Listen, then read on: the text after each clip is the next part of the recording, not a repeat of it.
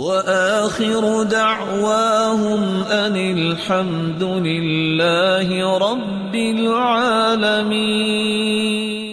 صحیح بخاری کی روایت ہے 5657، آپ جب بھی کسی بیمار کے پاس آتے یا کوئی بیمار آپ کے پاس لایا جاتا، میرے الفاظ پہ غور کیجئے گا، جب آپ کسی بیمار کے پاس جاتے یا کوئی بیمار لایا جاتا، سچ بتائیے کوئی بیمار ہوا تو کسی عالم سے دم کروانے آیا؟ اللہ قلیل، بلکہ فٹ کہاں جاتے ہیں؟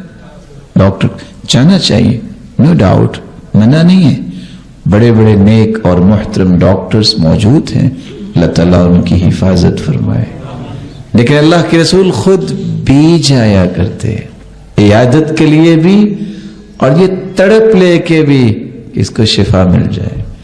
تو آپ صلی اللہ علیہ وسلم کیا کرتے؟